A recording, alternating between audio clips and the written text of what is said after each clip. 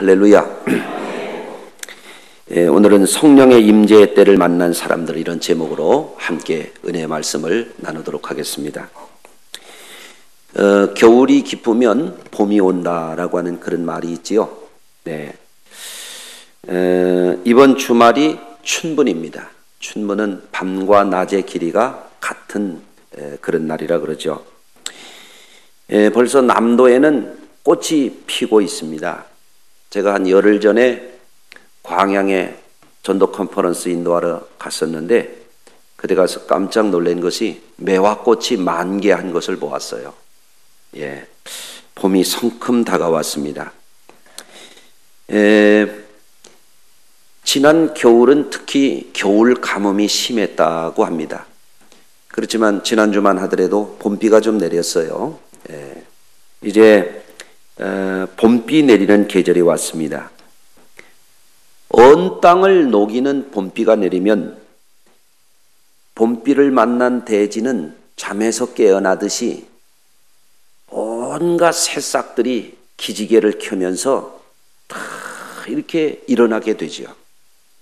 나뭇가지마다 또 들이고 산이고 새싹들이 막 이렇게 깨어서 일어나는 거 보면은 너무너무 신비롭고 아름답고 정말 하나님을 찬양하지 아니할 수가 없는 줄로 믿습니다. 봄비가 내려야 싹이 돋고 꽃을 피우고 열매를 맺는 것과 같이 교회는 봄비를 맞는 대지처럼 성령의 임재의 때를 기다릴 줄 알고 성령의 단비를 맞이할 수 있는 그런 교회가 되어야 할 줄로 믿습니다.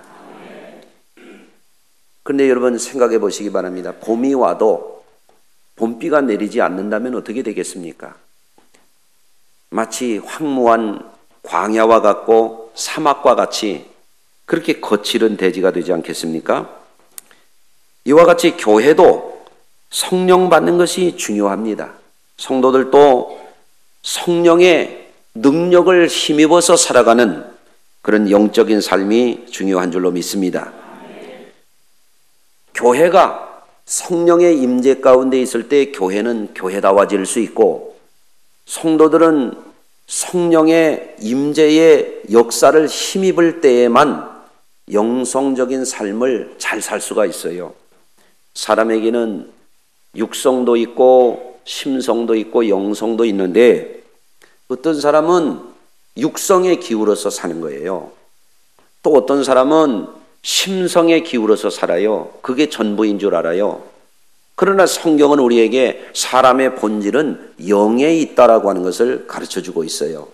그렇기 때문에 오늘의 교회와 우리 모든 그리스도인들은 영성적인 삶을 사는 지혜를 얻어야 되고, 하나님의 진리를 잘 배워서 자신의 삶 가운데 영적으로 풍성한 은혜의 삶을 살아야 될 줄로 믿습니다. 잘 아시는 바와 같이 우리 기독교는 예수님 부활 승천하신 후에 성령 강림과 함께 시작된 것이 기독교의 역사예요. 성령의 역사가 없이는 교회가 있을 수가 없어요. 성령의 역사를 떠나서는 그리스도인다운 그리스도인의 삶을 살 수가 없는 겁니다. 누가복음의 마지막 장인 24장 45절 49절에서는 부활하신 예수님께서 승천하시기 전에 성령 강림을 예고하신 말씀이 나와요. 거기에 보면 부활의 주님을 만난 저들이 그리스도의 고난과 부활의 증인이 될 것을 말씀하세요.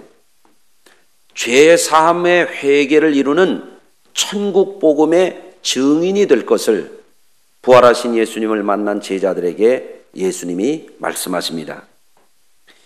그런데 부활하신 주님의 증인이 되고 천국 복음의 증인이 되려면 우리 예수님이 한 가지를 당부를 하셨어요. 아버지의 약속하신 성령을 기다리라고 하는 거예요. 여러분도 기다리십니까? 무엇을 기다리십니까? 설교 끝나기 기다리시나요? 뭘 기다리십니까? 성령을 기다리래요. 할렐루야. 오늘 본문 사도행전 2장에는 마침내 주님의 말씀과 같이 예루살렘을 떠나지 아니하고 성령을 기다리던 이들에게 성령이 임하신 내용, 그것이 기록이 되어 있어요. 이 말씀은 많이 읽어서 아세요, 우리 여러분들이. 그리고 이 성령 강림 오순절날 강림했다는 것에 대해서 수없이 들으셨어요. 그런데 이거를 제대로 정리하고 이것을 교회에 적용하고 성도들의 영적인 삶에 이것을 잘 활용하는 것이 중요해요. 자, 오늘 말씀을 여러분들이 주의 기울여서 잘 들으시고 영성 생활에 풍성한 은혜를 누리시기를 바랍니다. 첫째는 우리 성도님들이 주목해야 될 것이 무엇인가 하면, 교회는 하늘로부터 임하는 그 징조를 체험하게 되었다라고 하는 것을 오늘 본문에서 보게 됩니다. 사도행전 2장 1절에 오순절 날이 이미 이르매 그들이 다 같이 한 곳에 모였더니, 왜 모였을까요? 예수님이 아버지의 약속하신 성령을 기다리라고 했기 때문에 한 곳에 모였어요. 여러분들은 왜 모이셨습니까? 기다리십니까? 뭘 기다리시나요? 성령님을 기다리셔야 돼요. 그게 영적인 예배예요. 영과 진리로 예배하라고 그랬잖아요. 그런데 영이 없는 예배를 습관적으로 드리면 안 돼요. 영과 진리로 예배를 해야 돼요. 초대교회는 왜 모였느냐? 성령을 기다리기 위해서 모였어요. 우리도 그래야 됩니다. 이 예배가 성령님을 기다리는 예배가 되어야 됩니다. 할렐루야. 그랬더니 호련히 하늘로부터 급하고 강한 바람 같은 소리가 있었다 그랬어요. 그리고 마치 불의 혀같이 갈라지는 것이 그들에게 보였다고 말씀하고 있어요. 이건 참 놀라운 이야기입니다. 왠고 하면 하늘로부터 그런 현상이 나타났다는 거예요. 어디서부터요? 하늘로부터. 이게 중요합니다. 기독교는 땅에서 난 종교가 아니에요. 기독교는 사람들이 만들어낸 종교가 아니에요. 기독교의 시작은 하늘로부터 임하는 징조로부터 비롯이 된 거예요. 아멘. 그러니까 예수님이 사람의 것으로 하라고 한 것이 아니에요. 땅에서 하는 것으로 하라고 하신 것이 아니에요. 기독교는 도서관에서 나온 것이 아니에요. 기독교는 연구실에서 만들어진 게 아니고 작업실에서 만들어진 게 아니에요. 기독교는 어디로부터 온 거예요? 하늘로부터. 하늘로부터. 아멘. 무엇을 기다려야 되냐면 하늘로부터 임하는 그것을 기다려야 돼요. 성도들의 삶은, 육적인 삶은 땅에서 나는 것을 기다릴지 몰라요. 그러나 영적인 삶은 하늘로부터 오는 그것을 기다리는 삶이 돼야 돼요. 그게 영적인 삶이에요. 여러분, 오늘날 기독교는 신앙적인 지식이 중요하지만 지식적인 차원에만 머물면 안 돼요. 여러분, 하늘문이 열리고 하늘에서 임하는 성령의 역사가 있어야만 교회다운 교회가 되는 줄로 믿습니다. 그들은 자신들에게 성령이 임한 것을 체험했어요. 성경 말씀 오늘 본문을 잘 읽어보면 각 사람 위에 임하여 있더라 그렇게 되어 있어요. 거기 있는 사람들이 각각 성령을 체험한 것입니다. 왜? 기다렸더니. 무엇을 기다렸더니? 아버지의 약속하신 성령을 기다렸더니 체험을 한 거예요. 여러분 체험했습니까? 기다리는 자에게 체험이 있어요. 할렐루야. 그래서 여러분, 우리 교회는 성령을 늘 사모하고 모셔드리고 기다리는, 영적으로 살아있는 그런 교회가 되어야 할 줄로 믿습니다. 두 번째, 오늘 본문 가운데서 우리가 배울 수 있는 것은 교회에 모인 각 사람이 성령의 충만함을 받고 말하기를 시작했다라고 이렇게 말씀하고 있어요. 여러분, 성령 충만함을 받을 때에 사람들에게는 어떤 현상이 일어나느냐? 영적인 말을 하기 시작한다라고 하는 거예요. 할렐루야. 여러분, 사람들이 소리를 내는 것도 입술에서 나는 소리가 있고 이 의지적으로 의식의 세계에서 내는 소리가 있는가 하면은 영적으로 내는 소리가 있다고 하는 거예요. 사도행전 2장에서 우리에게 가르쳐주는 사실은 뭔가 하면 교회에 모여있는 성도들이 성령을 기다리고 성령의 충만함을 받았더니 그들이 영적인 언어로 말하기를 시작했다라고 하는 거예요.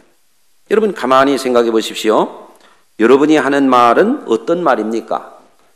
여러분이 하는 말이 별로 의미 없는 말일 것 같으면 흔히 하는 말로 뭐라고 그러죠? 잔소리라고 그래요. 잔소리. 죽은 소리예요. 의미가 없는 소리예요. 물리적인 소리예요. 사람의 성대를 호흡에 의해서 울리는 파동을 일으키는 소리에 불과해요. 그런데 어떤 소리는 혼이 담겨져 있는 소리가 있어요. 예. 여러분들 예술을 하는 사람들, 음악을 하는 사람들도요, 그냥 소리만 내는 사람들은 소리꾼이에요. 그런데 정말 어떤 예술을 하는 사람들은 그 예술 활동을 통해서 혼을 담아내는 그런 역사가 있어요. 그러면 사람들이 그것을 보면서 눈물을 흘리기도 하고 가슴이 찡하고 감동이 오기도 하고 사람들이 움직이게 돼요.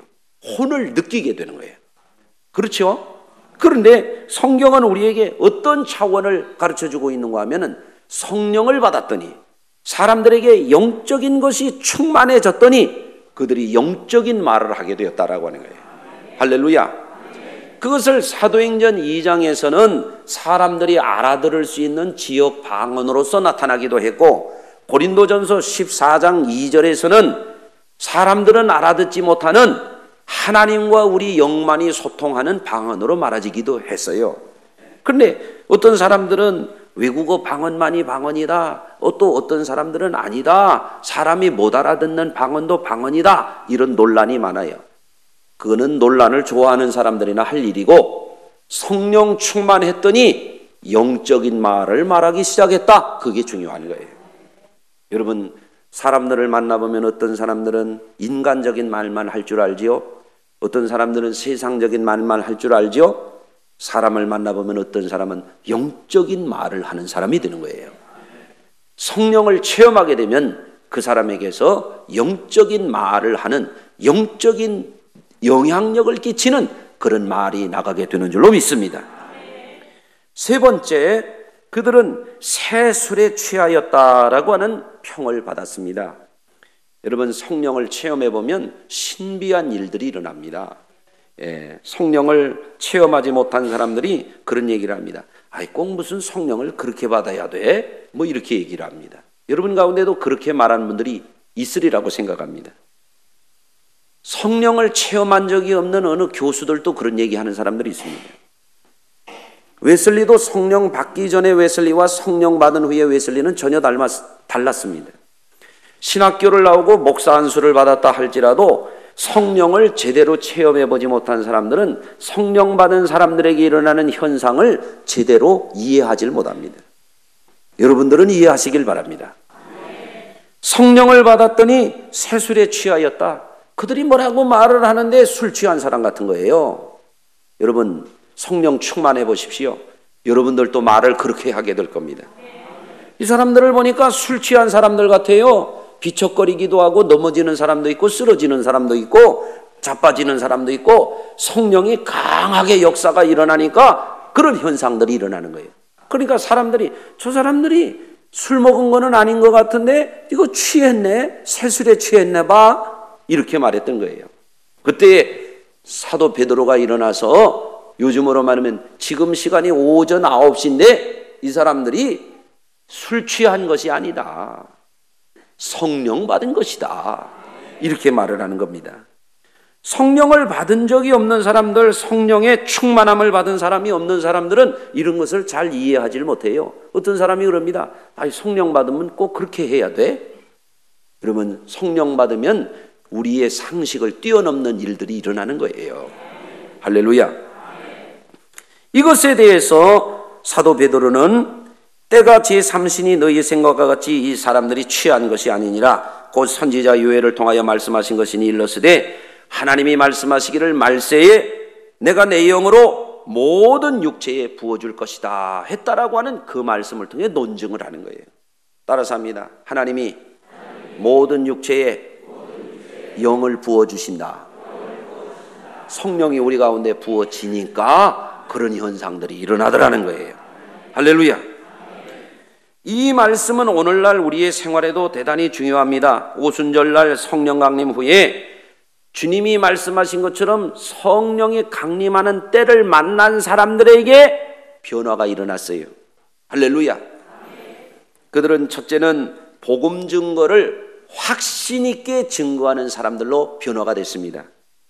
성령 충만함을 받기 전에는 그들은 소극적이었어요. 숨어 지냈어요. 예수님을 부인했어요. 예수님을 모른다고 저주하면서까지 부인했던 베드로 사도도 있어요. 그렇지만 성령 받은 후에는 그들은 믿어지는 역사가 있었어요. 웨슬리도 그랬어요. 요한 웨슬리, 존 웨슬리도 성령 받기 전에는 지식적인 신앙에 머물렀어요. 그러나 요한 웨슬리도 성령 받고 나니까 완전히 달라졌어요. 사도 베드로도 마찬가지예요. 성령 받기 전에는 예수님에 대해서 자신이 없었어요. 그러나 성령 받고 나니까 부활하신 예수님을 자신 있게 증거를 하는 거예요. 할렐루야. 오늘날 교회도 마찬가지입니다. 교회도 성령의 역사가 뭔지를 모르는 교회들이 있어요. 왜 그러냐? 자꾸 성령을 이론적으로만 아는 거예요. 성령은 성경책에만 있고 성령은 찬송가책에만 있고 성령 체험을 잘 못해. 그러니까 성령의 역사로부터 점점 멀어져 가는 거예요. 그러니까 성도들이 성령 받는 게 뭔지를 잘 몰라요. 어렴풋이 짐작은 하는데 체험이 없는 거예요. 그러니까 오늘날 많은 사람들이 성령을 체험하지 않기 때문에 예수 그리스도에 대한 복음 표적과 기사와 능력이 나타나는 것에 대해서 소극적이란 말이에요. 여러분, 그런데 베드로가 성령 받고 나니까 부활하신 예수님을 당당하게 전하는 거예요. 할렐루야. 여러분, 하나님이 사람의 어떤 과학의 카테고리에 갇혀 있는 그런 하나님이 아니잖아요. 하나님은 과학의 세계도 만드셨지만 과학을 뛰어넘는 세계도 만드신 분이 하나님이신 것을 믿으시길 바라요. 이번 부흥의 기간 동안에도 표적과 기사와 능력들이 나타나잖아요. 병든 자들이 치유하는 역사들이 일어나잖아요. 간증자들 가운데 우리 심야기도 때 목 디스크가 나은 분이 간증이 있었고, 요번에 또 만성 통증으로 그 목 디스크는 나았는데 계속 아파서 그대로 앉아있기 어려웠던 우리 장로님이 간증을 하셨잖아요. 할렐루야. 또 심야기도 때 부흥회 끝나고 또 간증이 나오잖아요. 또 전에 성령께서 임하셔서 자신을 치유하셨어. 가슴을 치유하셨는데 또 다리를 치유하셨어요. 이런 역사가 일어나잖아요. 그 성령이 역사하니까 의학적으로 불가능했던 것이 과학적으로 이해가 안 됐던 일들이 성령이 역사하니까 일어난다 이거죠. 일어난다. 아멘. 그 영이 열려야 되는 거예요. 영적인 세계를 알아줘야 되는 거예요. 인간학적으로는 이해가 안 되는 것이 신학적으로 이해가 돼야 돼요. 인간의 능력으로는 안 되는 것이 성령의 능력으로는 되는 역사를 믿을 수 있어야 돼요. 이게 기독교예요. 할렐루야. 두 번째로는 이들은 성령 충만함을 받고 극심한 박해나 시련도 이기는 강인함이 생겨났습니다. 여러분, 예수 믿는 이들에게 초대교회 당시에는 형용할 수 없는 박해가 가해졌습니다. 잡혀갔습니다. 옥에 갇혔습니다. 매를 맞았습니다. 심지어는 순교를 당했습니다. 두 눈이 뽑혀지기도 하고 사자우리에 던져지기도 하고 맹수와 검투를 해야 되는 이런 일들도 있었고요. 잔인한 형벌이 가해지는 이런 일들이 많았습니다. 성령 받기 전에는 세상 권세가 두려웠습니다. 성령 받기 전에는 세상이 자신이 없었습니다. 그러나 성령 받고 나니까 이 사람들이 어떻게 변했습니까? 세상적인 어떤 시련도 당당하게 이겨나가는 강인함이 생겨났습니다. 할렐루야. 스테반 집사님이 순교하는 것을 비롯해서 순교도 두렵지 아니한 거예요. 할렐루야. 그래서 어떻게 됐습니까? 결국에는 313년에는 예수님을 십자가에 못 박았던 로마가 결국에는 그리스도의 십자가 앞에 무릎을 꿇는 역사가 일어나지 않습니까? 작은 공동체였습니다. 12명의 제자들이었습니다. 마띠아까지 120명밖에 안 되는 작은 교회였습니다. 그러나 세계를 지배했던 대제국을 그리스도 앞에 굴복시키는 역사가 성령 충만함을 받은 사람들을 통해서 일어났다고 하는 것을 기억하시길 바랍니다. 세 번째는 교회가 부흥하고 사람들이 삶이 변하고 교회는 세상을 향하여 힘있게 뻗어갔던 겁니다. 여러분, 성령의 임재를 체험하고 충만하게 되면은 교회가 자꾸 살아나는 거예요. 성령을 떠나는 교회는 자꾸 쇠퇴하게 되어 있습니다. 지난주에도 저 남녘의 어느 도시에 가서 제가 컨퍼런스를 인도하는데 한 교회가 한때는 700명이 모였던 교회가 400명으로 줄었더라고요. 이런 일들이 지금 많이 있습니다. 교회마다 다양한 사정들이 있겠습니다만은 교회가 약해져. 성도들의 믿음이 약해져. 세상 권세에 작아져 자꾸. 유럽의 교회는 20세기 초에는 70% 이상의 사람들이 크리스찬이었는데 지금 20%가 안 되는 거예요. 자꾸 줄고 있어요. 한국 교회도 90년대까지는 막 이렇게 성령을 알고 성령을 사모하고 하나님의 능력을 구할 때는 교회가 막 일어나더니 지금은 힘을 잃어버렸어요. 왜 그러냐? 성령을 멀리하는 거예요. 따라서 하십시다. 성령을 기다리고 가까이 하고 모셔드리자. 그런데 초대교회는 보니까 성령의 때를 기다리고 성령의 충만함을 받았더니 교회가 막 부흥하는 거예요. 능력이 나타나는 거예요. 표적과 기사와 능력이 예수님이 행하셨던 일들이 그 교회에 나타나는 거예요. 오늘날도 교회에는 이런 일들이 얼마든지 일어나고 있습니다. 우리 교회도 그런 일들이 계속 일어나요. 간증자들이 계속해서 나오고 있어요. 또 나오고 또 나오고. 이번에 심야기도 때 간증한 분 보니까 1년 전에 나은 걸 간증하시는 거예요. 3년 전에 나은 걸 또 간증하시는 거예요. 나는 또 생각해요. 1년 후에 또 간증자가 또 나오겠군. 계속 줄을 서요. 이번 주 심야기도 때 여러분 또 나와서 간증을 들으시길 바랍니다. 하나님은 지금도 불가능을 가능하게 하시고 불치병도 고치시고 하나님의 임재를 나타내십니다. 의학적으로 고칠 수 있는 것은 고치는 것도 하나님의 뜻이에요. 의학의 기술도 하나님의 섭리 가운데서 이루어지는 것이니까 그것도 좋은 일이에요. 그러나 의학적으로 안 된다고 해서 낙심하지 말고 하나님의 은혜를 체험하는 여러분들이 되셨으면 좋겠어요. 오늘날 우리 시대의 사람들은 어떻게 살고 있는가 한번 생각해 보세요. 오늘 시대의 사람들은 육신적인 것을 우선시하는 시대에 살고 있습니다. 여러분 그러다 보니까 사람들이 육신적인 것에 밝아요. 예, 그죠? 먹는 거, 입는 거, 또 이렇게 아름답게 하는 거 굉장히 밝아요. 그런데 우리가 알아야 됩니다.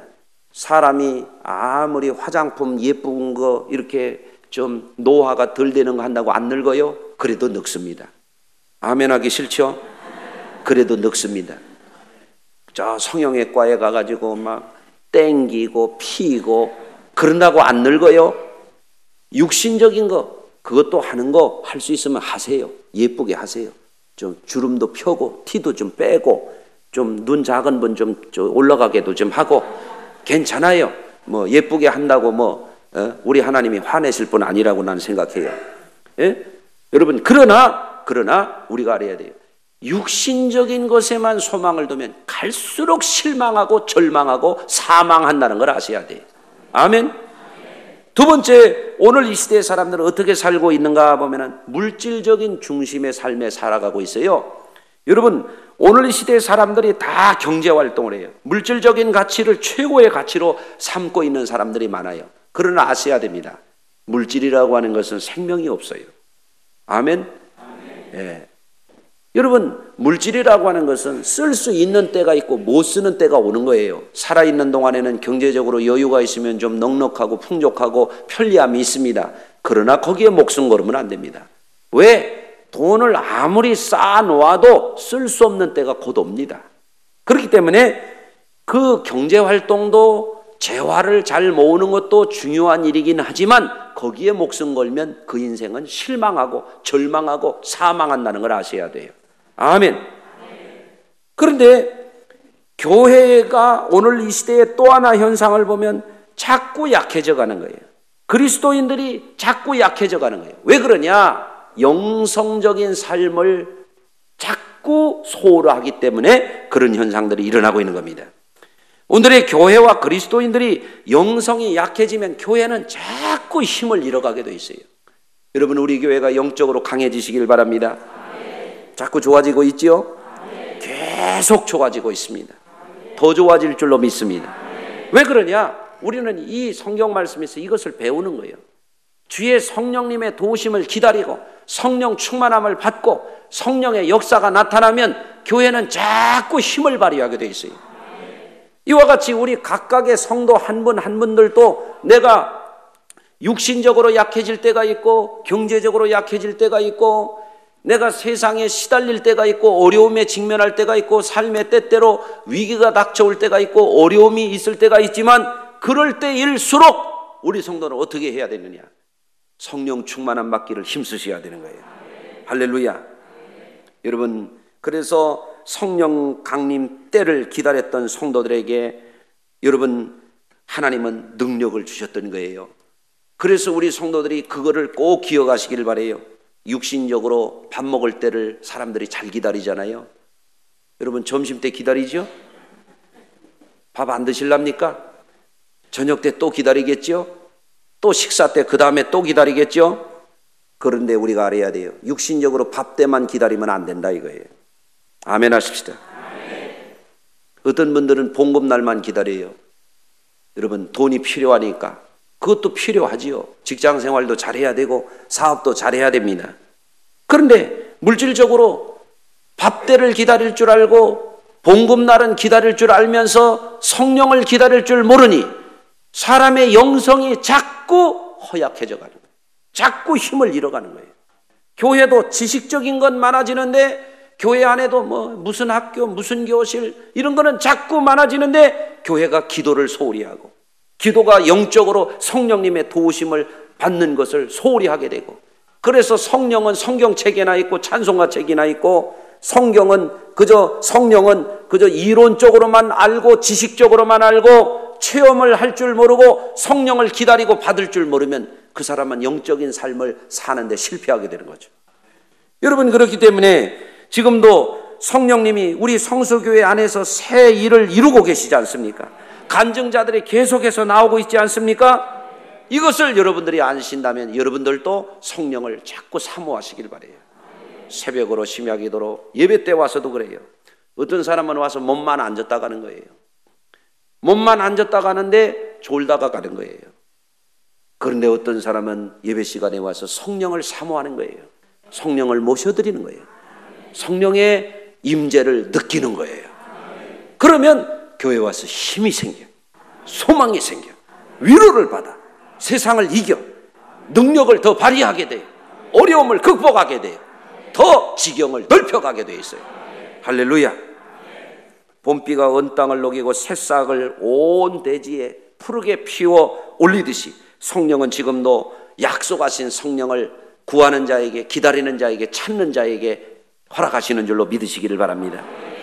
성경에 보면 요엘서 2장에 하나님은 이른 비와 늦은 비를 내려주신다 그랬어요. 아멘. 그게 뭐냐면 말세의 모든 육체에 하나님의 영을 부어주신다는 거예요. 성령을 부어주시는 것입니다. 여러분이 성령을 구하면 하나님은 언제라도 준비되어 있으세요. 할렐루야. 그래서 우리 속에 성령을 모셔드리고 성령의 도움을 받고 그 능력으로 여러분 세상을 이기시기를 바랍니다. 사람의 영성이 활성화되면 자꾸 사는 역사가 일어나요. 영성이 살게 되면 집안이 살고 자기가 경영하는 것이 살고 삶의 의욕이 생겨요. 그러나 영성이 죽어버리게 되면은 먹을 것만 찾고 돈만 찾고 세상 것만 찾다 보면은 밥 충만하고 세상 충만하다 보면은 어떻게 되느냐? 점점점 실망한 일만 생기게 되는 거예요. 희망이 자꾸 사라지는 거예요. 청춘이 자꾸 시드는 것처럼 꿈도 시들어가는 거예요. 그런 인생에서 구원받기를 바랍니다. 그렇기 때문에 성령의 임재를 사모하세요. 성령의 임재의 때를 만나도록 힘쓰세요. 성령 충만한 삶을 통해서 하나님이 공급하시는 능력으로 교회가 부흥하고 가정이 살고 여러분의 삶에 새로운 활력이 넘쳐나기를 바랍니다. 여러분, 보석함에 보석이 없으면 뭡니까? 빈 껍데기 아닙니까?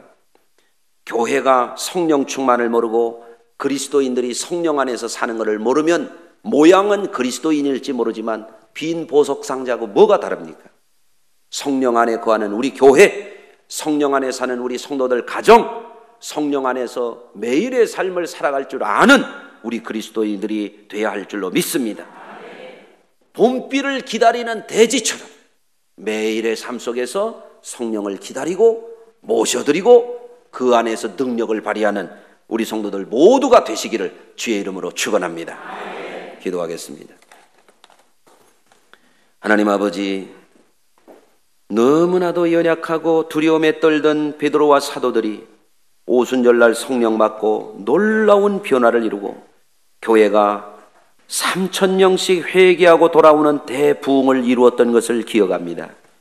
오늘을 사는 우리들이 육신적으로 충만할 줄 알고 물질적으로 충만할 줄 알되 영적인 것을 소홀히 하다가 영력을 잃어버리고 영성을 상실하고 교회가 힘을 잃어버리고 성도들이 영적인 파워를 잃어버리고 세상 것에 지치고 상하여 쓰러지고 넘어지고 깨지고 상하지 않도록 붙들어 주시옵소서.